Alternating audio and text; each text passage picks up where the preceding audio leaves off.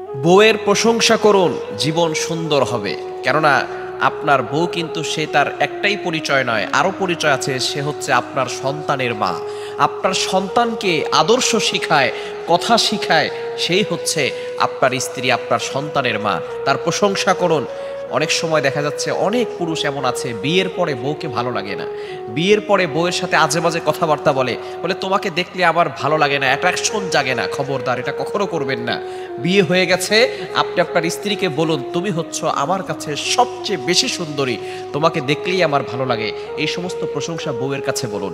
অনেক কাপুরুষ আছে বউ রান্না করার পরে বলে লবণ ঠিক মতো হয় নাই, এটা ঠিক হয় নাই, ওটা ঠিক হয় নাই। যত কষ্ট করুক না কেন তার কাছে কোনো কাজই ভালো লাগে না। এই সকল পুরুষ কখনো সুপুরুষ হতে পারে না।